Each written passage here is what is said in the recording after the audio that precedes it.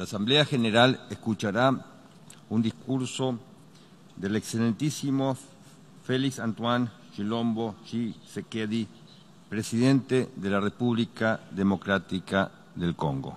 Pido protocolo que acompañe a su excelencia.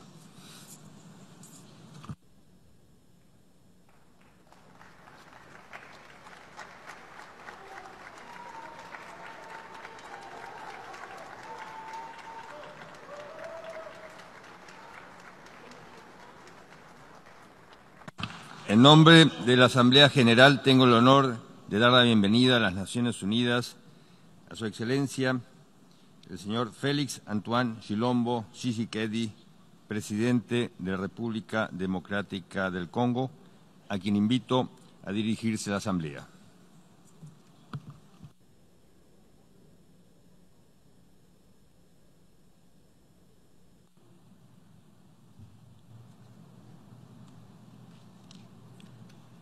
Monsieur le Président,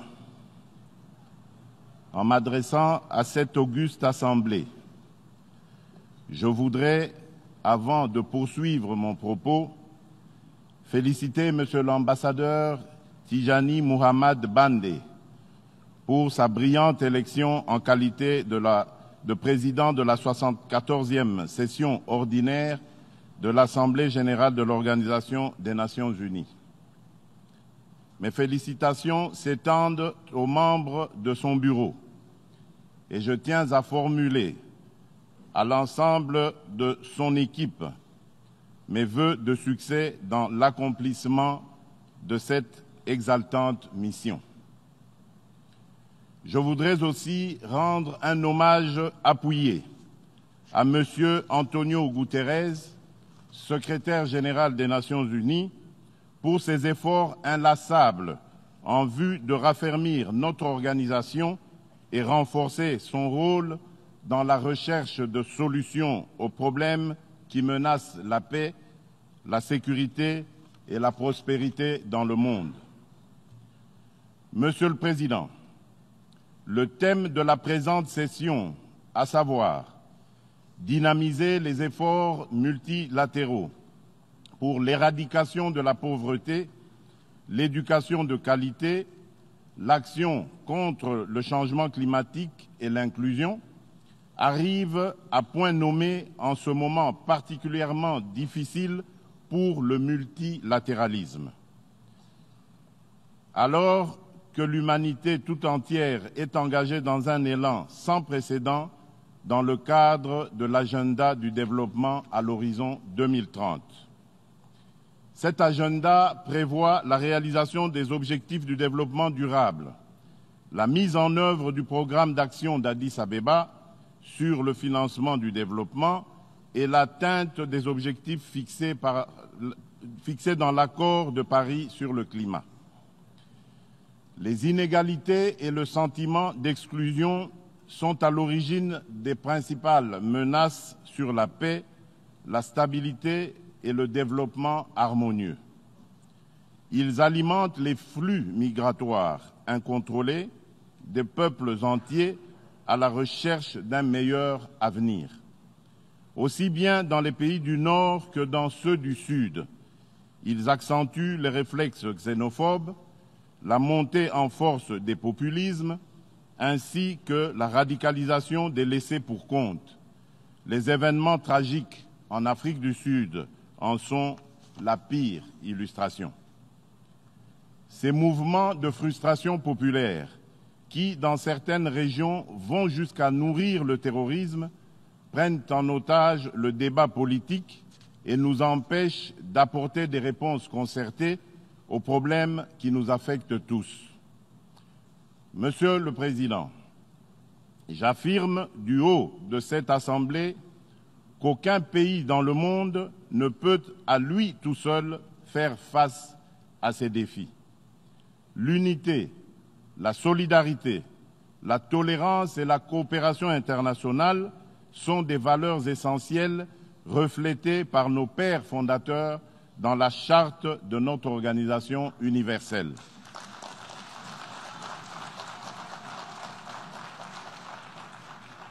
Plus que jamais, le développement économique et social et l'épanouissement des peuples de la planète sont des droits fondamentaux et inaliénables. En tant que dirigeants, nous sommes porteurs de l'obligation d'œuvrer sans ménagement à garantir ces droits. Depuis des décennies, notre organisation commune s'efforce à s'adapter aux nouvelles réalités de ce monde en constante mutation. Afin d'être plus apte à relever durablement les défis du développement dans un monde globalisé, nous préconisons une réforme globale du système des Nations Unies, notamment du Conseil de sécurité et des agences du système des Nations Unies.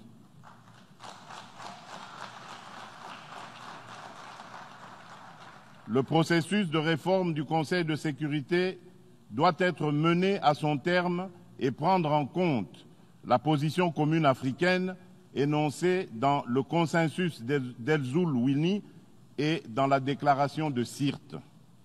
Il n'est pas juste, en effet, que l'Afrique demeure la seule région du monde sans représentation permanente au sein du Conseil de sécurité, alors que l'essentiel des enjeux démographiques, sociaux et environnementaux de la planète sont intrinsèquement liés à notre continent. Nous voulons une configuration du Conseil de sécurité juste et équitable, plus représentative des peuples du monde dans leur diversité et comptable de ses actes.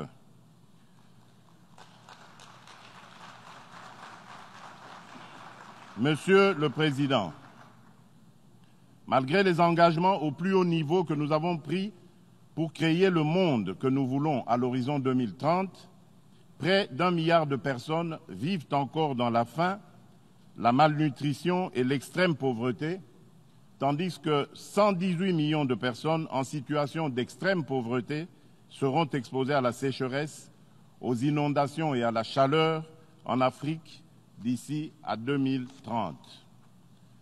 Nous ne pouvons accepter la simple hypothèse d'un éventuel échec des engagements mondiaux à l'horizon 2030, surtout après le résultat très mitigé, en Afrique tout particulièrement, de la campagne des objectifs du millénaire pour le développement. L'éradication de la pauvreté et de la faim relève aujourd'hui de l'urgence. La République démocratique du Congo peut faire partie de la solution avec ses 80 millions d'hectares de terres arables et ses eaux abondantes capables de nourrir plus de 2 milliards d'individus.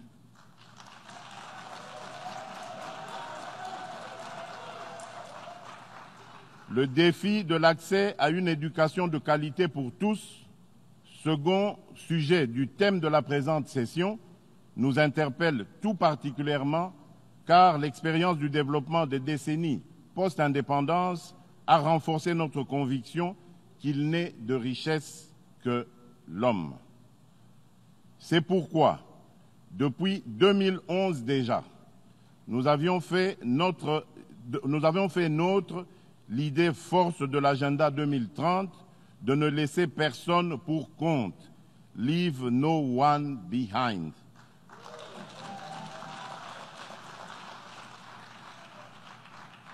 À travers notre engagement bien connu de mes compatriotes intitulé « Le peuple d'abord ».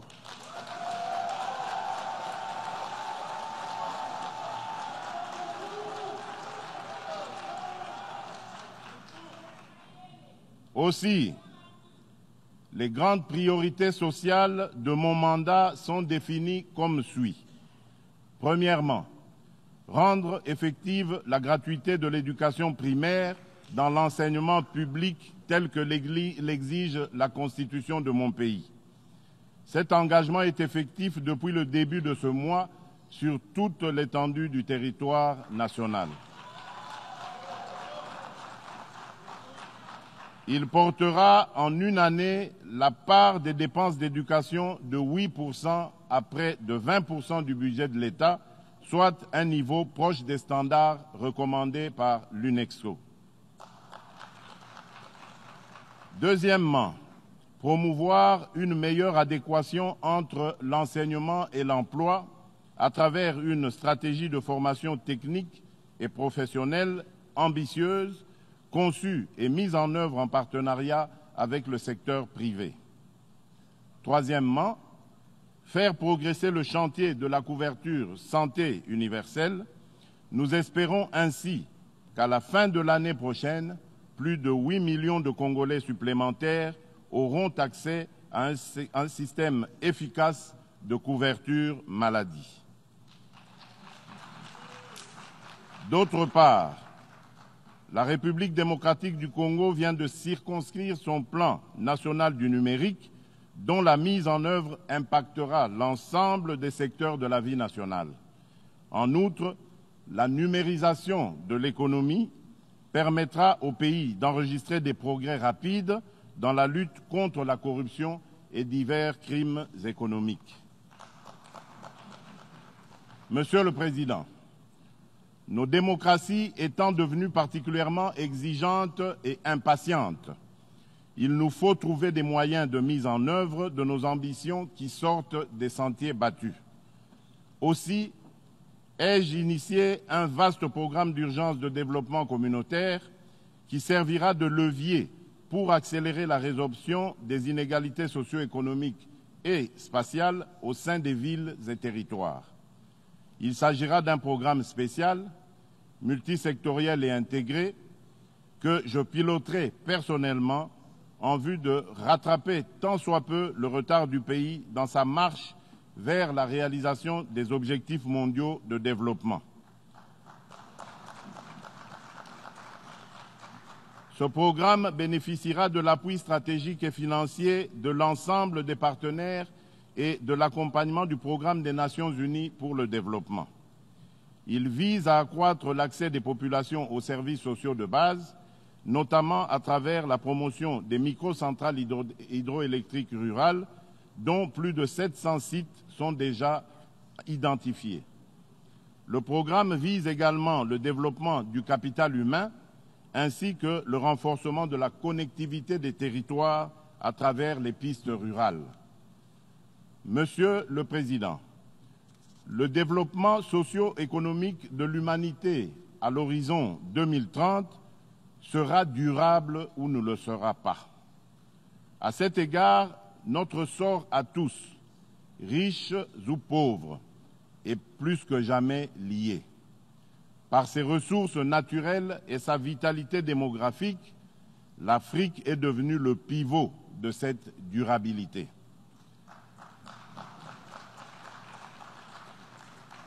Dans cette Afrique, la nature a fait de mon pays le dépositaire de 47% des forêts du continent, lui conférant une responsabilité majeure face aux enjeux de survie de notre planète. J'ai déjà eu à le rappeler à plusieurs reprises. Il est impérieux et urgent de mettre à la disposition de notre continent de nouvelles sources d'énergie et de nouveaux modes de production compatibles avec la préservation de l'environnement et l'affirmation de notre droit inaliénable au développement. Nous sommes résolument engagés dans la protection de nos forêts. Cependant, la préservation de notre patrimoine naturel ne peut se faire au détriment de notre développement. Il est incompréhensible que les forêts du bassin du Congo, qui sont les mieux conservées au monde, ne captent que 1% des financements disponibles. Il est impératif que toute l'architecture financière internationale, en ce compris le Fonds monétaire international dans son rôle catalytique en matière de financement du développement, intègre davantage la donne environnementale dans son analyse des critères et des défis macroéconomiques liés à ces interventions dans les différents pays. En ce qui nous concerne, conscient du rôle majeur de la République démocratique du Congo à cet égard, notre gouvernement a relancé le dialogue avec ses principaux partenaires sur les questions environnementales, notamment ceux réunis dans le cadre de l'initiative pour les forêts d'Afrique centrale. Répondant à l'appel du secrétaire général des Nations Unies, notre gouvernement s'est engagé, par ma personne, à accroître le niveau de ses engagements au titre de sa contribution déterminée nationale et à maintenir une collaboration étroite entre pays de la sous-région afin de parler d'une seule voix pour toutes les grandes questions en rapport avec la protection des forêts. Mon gouvernement a fait de la production d'énergie propre et renouvelable la première de ses priorités économiques pour le quinquennat. Nous pouvons, moyennant des investissements agressifs et une politique attractive de protection de ces investissements, passer de moins de 10% d'électrification actuellement à 60% dans les 10 prochaines années, faisant reculer très significativement la consommation du bois de chauffe. Aussi, dans le cadre de la réalisation de notre mix énergétique, pour renforcer la lutte contre la déforestation, mon gouvernement encourage le développement de l'utilisation du gaz domestique dans les zones urbaines, périurbaines et rurales. À terme, nous voulons être l'endroit de la planète où le kilowattheure électrique sera le moins cher, grâce à l'exploitation de notre capacité de plus de 100 000 mégawatts en hydroélectricité. Nous sommes disposés à encadrer davantage l'exploitation forestière et à étendre les réserves et parcs de protection naturelle afin d'augmenter notre biomasse et de protéger notre biodiversité. En revanche, cela ne peut s'entendre qu'avec, en contrepartie, la mise en œuvre effective d'une stratégie d'industrialisation éco-responsable concentrée autour des centres de production et de consommation et génératrice d'emplois pour notre jeunesse. Notre population, dont l'âge moyen est de 17 ans et demi, est à peine plus âgée que la jeune Greta et partage en partie ses préoccupations et ses intérêts. Mais comment nos jeunes vont-ils s'engager pour la même lutte quand ils n'ont ni eau ni lumière? J'ai également décidé de sortir progressivement mon pays d'un système agricole archaïque à faible productivité et destructeur de notre patrimoine forestier. À cet effet, nous allons promouvoir une agroforesterie qui maximise notre avantage comparatif pour certaines cultures en privilégiant les zones de savane. J'entends faire de la question environnementale une préoccupation omniprésente et transversale qui touche l'ensemble de nos politiques, stratégies, programmes et projets de développement. Monsieur le Président, au moment où je m'adresse au monde du haut de cette tribune pour la première fois, je me dois de rappeler la relation particulière que notre organisation entretient avec mon pays. Tout d'abord, cette relation suscite en moi un sentiment de reconnaissance. En effet, la République démocratique du Congo a souvent été au centre des préoccupations des Nations Unies suite aux nombreuses crises qu'elle a traversées depuis son accession à l'indépendance. Depuis le décès tragique du secrétaire général Dag Hammarskjöld, en passant par les nombreux casques bleus tombés au combat, jusqu'à plus récemment l'odieux assassinat des experts onusiens Zaïda Catalan et Michael Sharp, l'Organisation des Nations Unies, plus que toute autre organisation internationale, a vécu dans sa chair les réalités que vivent de millions de mes compatriotes. L'ONU et ses nombreuses agences ont également déployé d'importants moyens pour soutenir la République démocratique du Congo. Je tiens donc à vous réitérer la gratitude du peuple congolais qui n'oubliera jamais le soutien de notre organisation.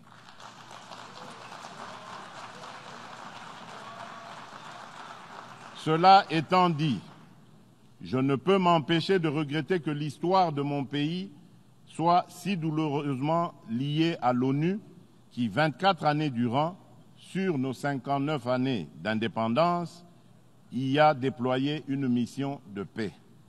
Pourquoi, malgré cette longue présence, la plupart des espoirs de paix et de développement ont été déçus? Au-delà des choix et des responsabilités internes, on ne peut pas observer le Congo ou l'Afrique en isolation du reste du monde et des intérêts des autres. Que serait la trajectoire du Congo sans l'assassinat de Patrice Emery Lumumba? Que serait devenu mon pays si on l'avait laissé poursuivre son apprentissage démocratique pacifique de l'après-guerre froide sans passer par le détour d'une guerre venue d'ailleurs? Et sans vouloir remonter aussi loin dans le temps, nous vivons chaque jour ces chocs d'intérêts qui expliquent le plus souvent la fragilité récurrente de la République démocratique du Congo. Aujourd'hui, le plus grand défi de la République démocratique du Congo est celui de la paix, la sécurité et la stabilité. Depuis notre investiture, convaincus de l'absolue nécessité de la paix, nous nous sommes engagés sans réserve en faveur de la réalisation de cet objectif en prenant en compte toute sa dimension régionale et internationale. C'est dans cette perspective que j'ai proposé en juillet dernier au 39e sommet de la SADC tenu à Dar es Salaam la création d'une coalition régionale à l'image de la coalition mondiale contre le terrorisme pour éradiquer le fléau de l'insécurité créé par les groupes armés d'origine interne et externe.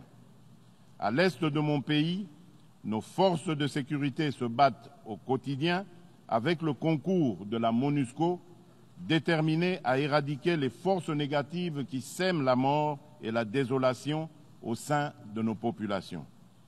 Certains de ces mouvements rebelles, notamment les ADF-MTN, opèrent par des actes terroristes conformes à leur appartenance à Daesh, ce qui constitue une nouvelle menace tant pour mon pays que pour la sous-région.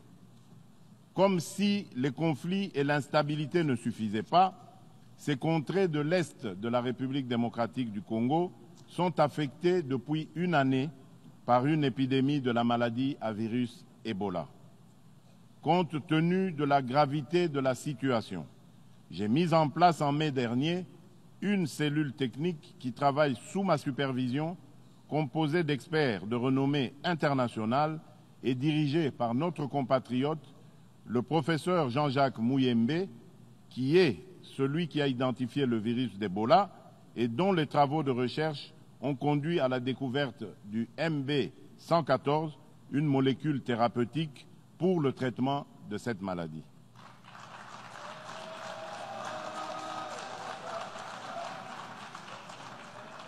La nouvelle stratégie de riposte commence à produire ses effets, notamment dans la ville de Goma qui est aujourd'hui à l'abri du virus. Même si beaucoup a été fait, l'épidémie n'est pas encore éradiquée. La stratégie sera renforcée par l'introduction de 5 nouveaux médicaments approuvés, en plus du vaccin contre la maladie à virus Ebola, qui permettront de se débarrasser complètement de ce fléau. Je voudrais saisir cette opportunité pour saluer l'élan de solidarité qui s'est manifesté de la part de nos partenaires bi- et multilatéraux, notamment l'Organisation mondiale de la santé, l'Union africaine, l'UNICEF, le Programme alimentaire mondial, la MONUSCO et bien d'autres. S'agissant particulièrement de cette mission onusienne, en cette période charnière de son futur en République démocratique du Congo, marquée par l'exercice d'une revue stratégique, je voudrais tout d'abord réitérer les remerciements du peuple congolais aux pays contributeurs pour les sacrifices humains et matériels consentis jusqu'à ce jour en faveur de mon pays.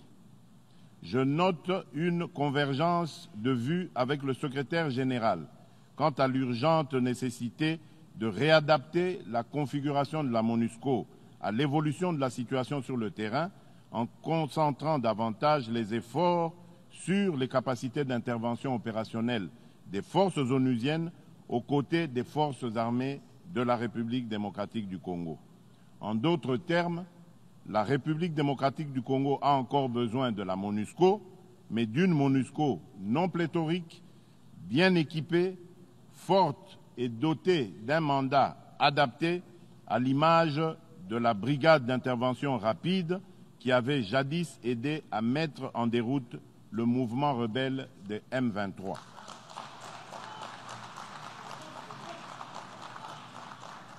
Monsieur le Président, à l'instar d'autres pays en développement, la République démocratique du Congo aspire à l'émergence. Nous sommes convaincus que notre pays, qui par sa position géostratégique se situe au carrefour des regroupements économiques d'Afrique centrale, d'Afrique australe et d'Afrique de l'Est, doit jouer la carte de l'intégration africaine comme moteur du développement et vecteur de paix entre les nations. C'est pourquoi nous avons soutenu le projet de zone de libre-échange continentale tout en étant conscients qu'il se mettra en œuvre par étapes successives. Ce processus passe inévitablement par l'harmonisation et le désarmement des barrières douanières. C'est dans cette vision que la République démocratique du Congo entend accélérer la mise en œuvre d'un programme de développement d'infrastructures à la hauteur de son immense superficie de 2 345 000 km² afin de relier le pays d'ouest en est et du nord au sud, de faciliter le transit des biens et des personnes et de libérer le potentiel agricole de nos provinces. Monsieur le Président, aujourd'hui, la République démocratique du Congo détient environ 70% des réserves mondiales des métaux stratégiques indispensables pour réaliser la transition énergétique et numérique qui s'impose à l'humanité.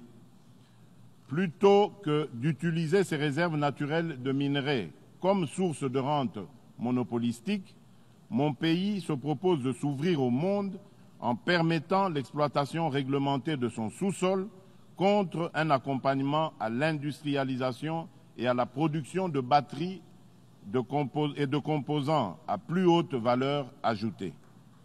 Le monde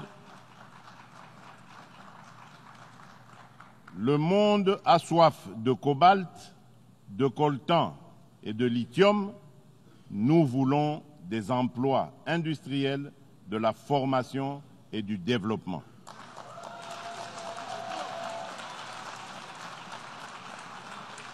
Enfin, la République démocratique du Congo dispose de 53% des réserves en eau douce de l'Afrique. Et une gestion durable de ce potentiel permettra un jour d'étancher la soif d'un quart des habitants de la planète. Monsieur le Président, nous vivons aujourd'hui une crise profonde de l'ordre international libéral. La loi du plus fort ne fera que renforcer les frustrations et les violences. À titre d'illustration, les récentes attaques contre des installations pétrolières en Arabie saoudite font craindre le risque d'un embrasement autour du détroit d'Ormuz qui paralyserait l'économie mondiale. Nous avons le devoir de dénoncer toute forme de réaction violente aux problèmes politiques qui peuvent se régler dans le dialogue et la concertation. Sommes-nous disposés à définir un nouvel ordre mondial au sein duquel l'Afrique et la République démocratique du Congo joueront le rôle que leur confèrent les mutations enregistrées? Je crois qu'une nouvelle voie est possible, sans doute la plus difficile, sans doute la plus complexe, la plus exigeante, qui nous impose de sortir des sentiers battus. Monsieur le Président, mon pays, la République démocratique du Congo, qui venait d'organiser pour la 3e fois des élections démocratiques et apaisées, a eu le bonheur de vivre, pour la première fois de son histoire, une alternance pacifique et démocratique, alors que bon nombre d'observateurs brossaient un tableau plutôt sombre et pessimiste de l'issue du processus électoral. Cette victoire historique est avant tout celle du peuple congolais, dont les intenses sacrifices consentis au cours de ces dernières années ont été récompensés par l'aboutissement heureux d'un processus électoral à haut risque. C'est aussi l'occasion de remercier la communauté internationale, notamment les pays de la SADC, le Kenya, l'Égypte et les USA, qui, sans atermoiement, ont encouragé ce pas de géant accompli par mon pays dans le processus de construction d'un État de droit. Depuis mon investiture, je m'emploie à considérer cette avancée démocratique en garantissant l'ensemble des droits et des libertés. Personne n'est harcelé pour ses opinions. La République démocratique du Congo ne compte plus de prisonniers de conscience. Nul ne ressent le besoin d'émigrer pour sauver sa vie ou préserver sa sécurité du fait de ses convictions politiques ou de ses associations particulières.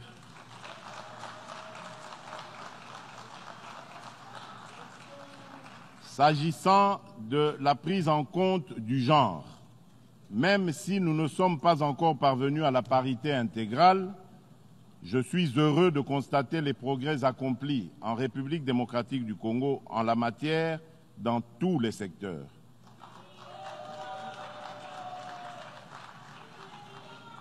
En faisant passer le taux de participation des femmes de 6% à 18%, le gouvernement actuel a atteint le niveau le plus élevé de participation féminine de l'histoire de mon pays.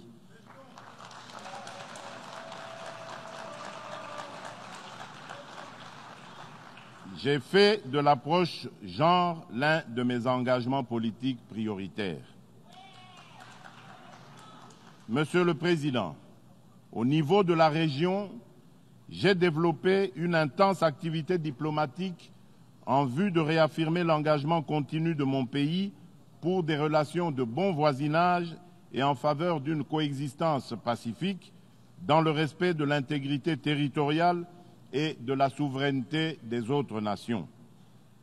Dans ce sens, nous devons, nous, leaders africains, doter notre continent d'une voie consensuelle et harmonieuse fondée sur une politique véritablement africaine.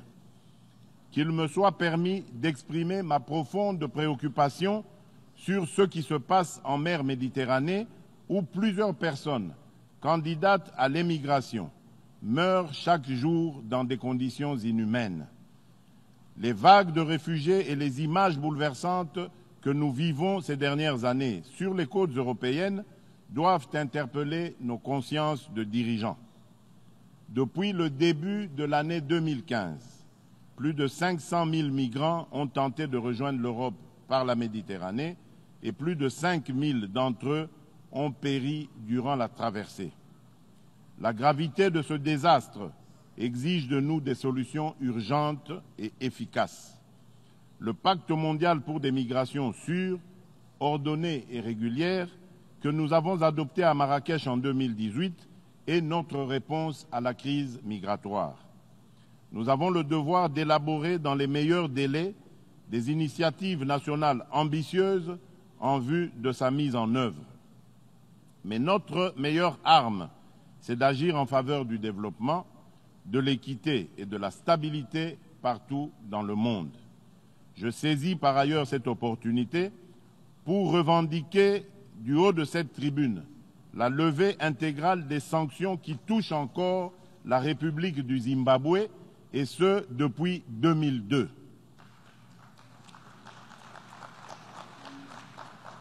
Ces sanctions ne se justifient plus dès lors que le pays a ouvert un nouveau chapitre de son histoire et s'est montré ouvert à coopérer avec le monde. Le maintien de ces sanctions est injuste. Il entrave l'attractivité du pays aux investissements étrangers et il affecte non seulement le Zimbabwe, mais aussi l'ensemble de la région. Monsieur le Président, Mesdames, Messieurs, la priorité absolue de mon action est d'offrir une perspective de dignité à nos populations, de promouvoir la création d'emplois, notamment pour les jeunes, et de lutter contre la précarité et l'exclusion. Et cette Assemblée qui veut réduire les inégalités et construire un monde plus inclusif peut être le porte-voix de ces laissés pour compte. Le défi est énorme, mais ce qui fait de nous des humains, c'est notre capacité à trouver des solutions, même les plus improbables, lorsque cela s'impose. Je vous remercie.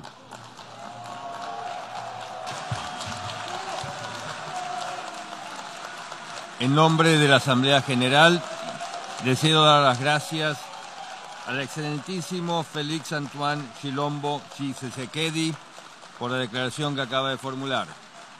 Ruego a los representantes que permanezcan sentados mientras despedimos al jefe de Estado.